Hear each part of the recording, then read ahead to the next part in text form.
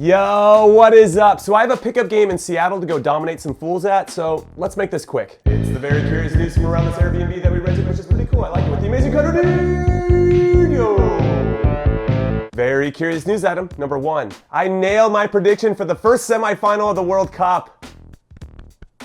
I said that France would win by a goal, and guess what? They won by a goal off of a set piece, and honestly, this World Cup has to have set the record for more set piece goals than any other. There have been so many. Also, can I give a shout out to the center backs doing work offensively for France? Umtiti scored the game winner today, and Varane scored the game winner in the quarterfinals off of a set piece against Uruguay. And yes, I know you're gonna think that I set this point up just so I could say that again, but I assure you, I set it up to talk about the best center back goal of all time. It sends it in, the header, and that's into the back of the net. The United States strikes. And yeah, okay, all right, pipe down. I know I said France would win 3-2, and they only won 1-0, so I'm not as cool as I think I am, but I knew France would win, and isn't that enough? Though I was pretty surprised by the low-scoring affair because I thought both sides would get after it, especially at the very beginning, and France did for the first 5 minutes before they dropped off pretty deep for the next 85. Though I can understand to some degree because these tactics eliminated the spaces for Eden Hazard and Kevin De Bruyne to do their thing in those pockets between the midfield and back four where they usually like to set up.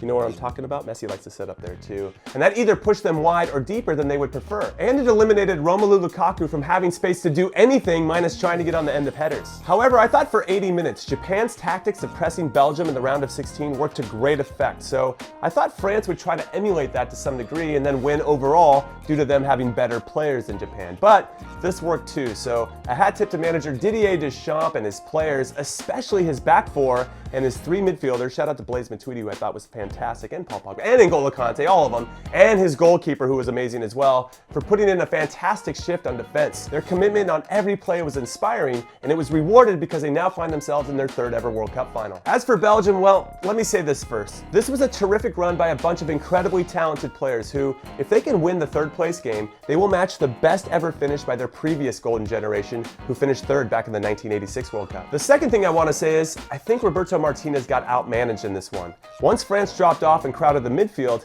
it meant that Belgium needed guys that could hold the ball well in tight spaces. And as much as I appreciate the value that he brings to a team, Marouane Fellaini is not one of those types of players. Plus, he was zonal marking on set pieces and he got beat to his spot on Umtiti's goal. And if he isn't winning key headers, or holding the ball up in tight areas, or going forward with his possession instead of the easier side to side and backwards like he tends to do, then I feel like he just gets in the way and slows everything down. But once France got the lead, the element of having him as a surprise was gone, and all Martinez could do is bring on Mertens and Carrasco, who I think are very good players, but their instructions were very clearly to drop in hopeful crosses, and it didn't have the same impact. Anyway, we can dissect this some more in the comments because at this moment, I just want to give them some praise and say congrats to Belgium. They are a great team. They have a lot to be proud of, and hopefully after some time passes, they'll feel good about how they performed. Very curious news item number 2. Cristiano Ronaldo and Real Madrid have ended their relationship. After 9 years, 450 goals in 438 games, 4 Champions League trophies, 2 La Liga trophies, 2 Copa del Reys, 2 UEFA Super Cups, 3 FIFA Club World Cups, and 4 Ballon d'Ors together,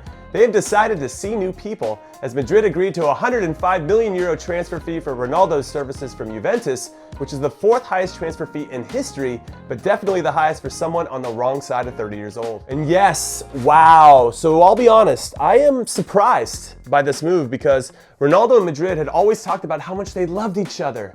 But time has a funny way of changing perspectives, and it's become clear that their relationship ran its course. And maybe that's because there was nothing left to prove and nothing left to gain. And they had done it all, but like any breakup, they didn't know how to bring it to an end until the money issues magnified their problems, like not making Ronaldo the highest paid player in the world after he asked for it, or his current tax issues, and now here we are. Juventus gets a terrific player and leader who will instantly make that team better, not only because of what he brings on the field, but also off the field, where it's obvious how much he demands of himself to be a top professional, so he expects everyone else to do the same, and I think that raises the game of all the players around him, which will only serve to help Juve win Serie A and Coppa Italia again, but also the Champions League, and we'll get more into this, of course, as the season gets closer. But speaking quickly about Madrid, they love making this shit all about them, right? I mean, they hired their new manager, which caused so much drama, Spain fired him as their national team coach 2 days before the World Cup started. And now on the eve of the semifinals, they put out the press release, not Juventus, that Ronaldo was leaving, thereby getting to control the narrative. But honestly,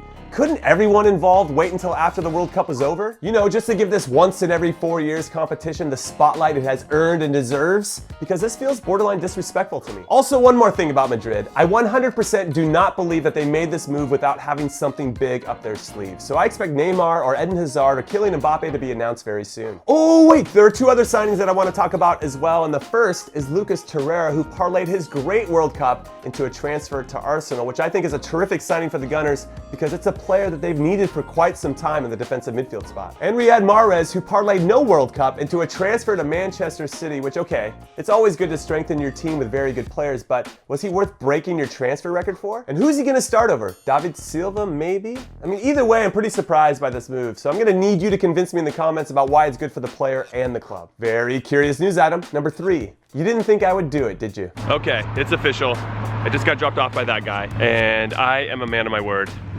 I flew all the way from home with my bags to come play pickup with the man who won the Warm Ballers Fantasy Premier League. Trey, what's up? Congratulations on winning the Fantasy League. Very nice to meet you. Nice to meet you. Okay, wait, so what was your handle again? What was the name of your team? Netflix and chill out. So awesome. How did you feel when you won it? Amazing. Yeah. I got close to the end, but I just stayed true. Just kept the course. You kept the course. I respect that. So we're out here, pickup game. It's all happening. But you're a Spurs fan, so this is gonna end. Actually, I can't do this with you guys. Trey, everybody, man, myth, legend. Congratulations. Okay, here we go. Game on. Easy. My calf is killing me. Is that a proper excuse? I think it is. I'm gonna use it. Oh, he did. Oh. That goal regulation. Trey, that counted? Yeah, that was good. Yeah? It's like prison rules over here. Yeah. Oh no. My team's losing. Okay, the game is over. I'm pretty sure I won. Did I not win? I mean, you played your heart out. You got a few good touches. Scored a goal, just one. I appreciate you highlighting that I just scored 1. Hey Trey, how many did you score? Yeah. Yeah, good question. Well, thank you so much. I appreciate you. Congratulations on winning. Yes, thank you. Thanks for coming out with us. Yeah, I'm sorry you're a Spurs fan, but you know, everybody's got something, you know? You know what I mean? You know what I'm saying? Trey, thank you so much. Cheers, thank you. Thank you for the free drinks. Woo! Hey! And thank you to everyone who competed in the league this past year. I cannot wait for the upcoming season, and I cannot wait to see who wins our Warm Ballers MLS Fantasy League, which I actually don't even want to look at because I haven't changed my lineup in 3 months. And all right, that is it. That is all I got. So now it is your turn. Were France the deserved winners? I say yes. Did Roberto Martinez get his tactics wrong? I'm going to say a little bit, but it's always easier to say this in hindsight. And Cristiano Ronaldo to Juve? What? I cannot believe that that is real. And Torreira to Arsenal and Mahrez to City? I need your thoughts about this. And finally, are you signing up for our next Warm Ballers Fantasy Premier League? Of course you are. So drop me your thoughts, smash that like and subscribe button if you haven't already, and I will see you from Portland tomorrow, which is where our next pickup game is happening. Okay, I'm gonna leave. Later.